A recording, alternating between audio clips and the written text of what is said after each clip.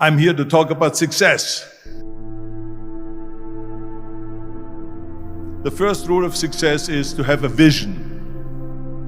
You see, if you don't have a vision of where you go, and if you don't have a goal where you go, you drift around and you never end up anywhere. I mean, as you know, I was born in 1947 in Austria after the Second World War. So I was very fortunate that I stumbled onto my vision.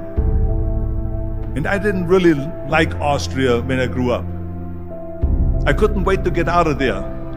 I couldn't see myself becoming a farmer or a worker in a factory or anything like that. Even though my parents wanted me to stay there and have a normal life. But that was their vision, not mine. My vision was totally different. I felt that I was born for something special, for something unique, for something big. Then one day I went to school. I remember I was 11 years old, and they showed a documentary about America. And there they showed in this documentary the huge skyscrapers, the high-rises, the huge bridges, the 6-lane freeways, and all of this stuff. And I said to myself, that's where I want to be. I don't want to be around here with these little farmhouses and these little buildings. I want to be in America. One day after school, I walked by a store in Graz. So I went inside and I looked around, and then I saw a magazine. I saw a bodybuilding magazine that had Reg Park on the cover. Reg Park was then a 3-time Mr. Universe. And I saw him on the big screen as Hercules. I read that and I said to myself, wow, this is the blueprint for my life. This is exactly what I want to do. I want to become a bodybuilding champion just like Reg Park. I want to get into movies just like Reg Park.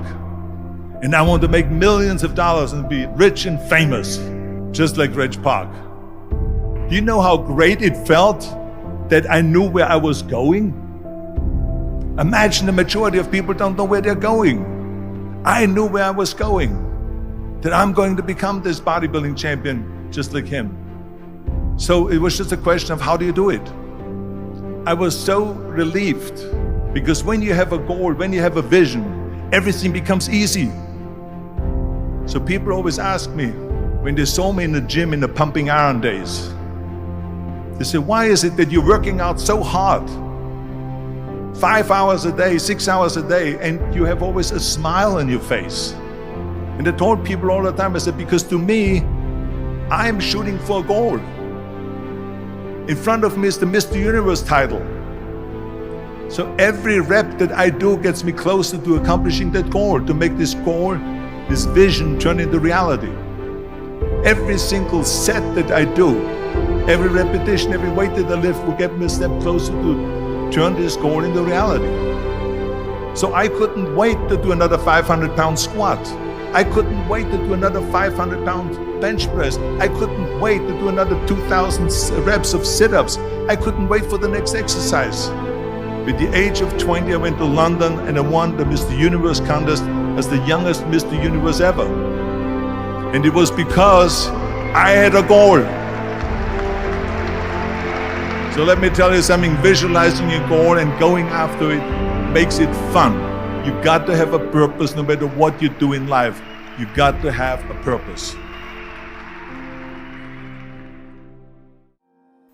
74% hate their job in America. Now there's not much different when you come to Europe. The majority of people don't like what they're doing, because they're really not doing it because they didn't have a goal and they followed this goal. They just aimlessly drift around, and then all of a sudden there's a job opening, so they get that job because you have to work. But then when you work, it's a chore. It's work. It's not fun. So if you think about, only a quarter of the people really enjoy what they're doing in life. That is unbelievable if you think about it. So I felt so blessed that I knew what I was doing. It's like a medical student that studies and knows he wants to become a doctor. You know where to go. And the same thing is also in politics. I remember that in politics, I had a very clear vision that I will be the leader of California. This is as far as I could go because I was not born in America, so I could not run for president. So being the governor of the fifth largest state, the largest state, the fifth largest economy in the world, was for me really the ultimate title, the ultimate accomplishment in politics. So even though people came up to me and says, why don't you go and run for something smaller, you're never gonna make it. I ran for governor, and then 2 months later I became governor of the state of California.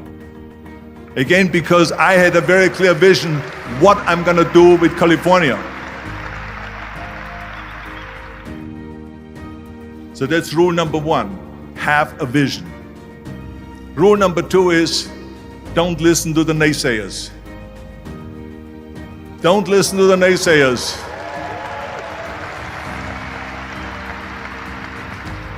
Everything I ever did, the thing that I heard out of people's mouth was, that's impossible.